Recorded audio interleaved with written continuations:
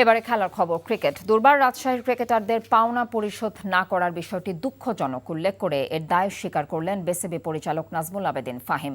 বিসিবির গঠনতন্ত্র সংশোধনের খসড়া প্রতিবেদন নিয়ে ক্লাব প্রতিনিধিদের প্রতিক্রিয়ায় অবাক হয়েছেন সংশোধন কমিটির আহ্বায়কের দায়িত্বে থাকা ফাহিম। আলোচনা করে চূড়ান্ত সিদ্ধান্ত নেওয়া হবে বলেও জানিয়েছেন তিনি। রিপোর্ট কুশলী আসেরের। বিপিএলের পারিশ্রমিক প্রতিশ্রুত সময়ে না দেয়ায় রাজশাহীর খেলোয়াড়দের অনুশীলন বয়কট টুর্নামেন্টের মান ক্ষুণ্ণ করেছে। বিপিএল দেখতে চট্টগ্রামে যাওয়ার আগে বিমানবন্দরে এই ঘটনার জন্য বিসিবির দায় স্বীকার করলেন পরিচালক নাজমুল আবেদীন ফাহিম।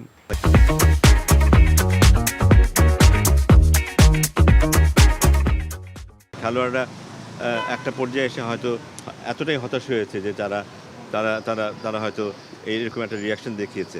সো থ্যাঙ্কফুলি আমাদের বোর্ড প্রেসিডেন্ট ইতিমধ্যেই প্লেয়ারদের সাথে কথা বলেছেন এবং ফ্র্যাঞ্চাইজিদের সাথেও যোগাযোগ হয়েছে এবং তারা বোধহয় আজকেই কিছু স্টেপস নিচ্ছেন। আমরা যখন ভালো কিছু করছি সেটার কৃতিত্ব আমাদেরকে সবাই দিচ্ছে, কোনো খারাপ কিছু হলে সেটা দায় আমাদেরকে দিতেই হবে।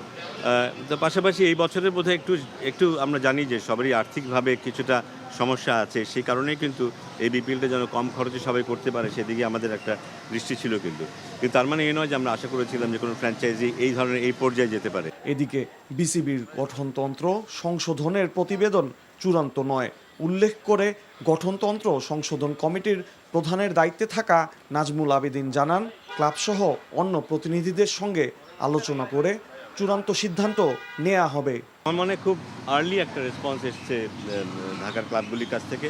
তবে আমি বুঝতে পারি যে তাদের রেসপন্সের অযৌক্তিক আমি সেটা বলবো না। আমাদের যে প্রস্তাব বোর্ডের কাছে প্লেস করবে, বোর্ড সেটা স্ক্রুটিনি করবে। বোর্ড ভাবতে পারে যে না, এটা এখানে ঠিক আছে, এখানে ঠিক নেই, বোর্ড এটা ফার্দার নাড়াচাড়া করতে পারে এবং সেখান থেকে কিন্তু এটা যাবে জেনারেল কাউন্সিলের কাছে।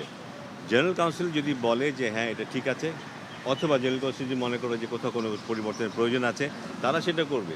তারপর তারা যদি অ্যাপ্রুভ করে, তারপর সেটা অ্যাপ্রুভ হবে। কিন্তু কয়েকদিনের মধ্যেই গঠনতন্ত্র সংশোধনে গোলটেবিল বৈঠক আয়োজন করা হবে বলেও জানান তিনি। কুশলী আসির, এনটিভি নিউজ, ঢাকা।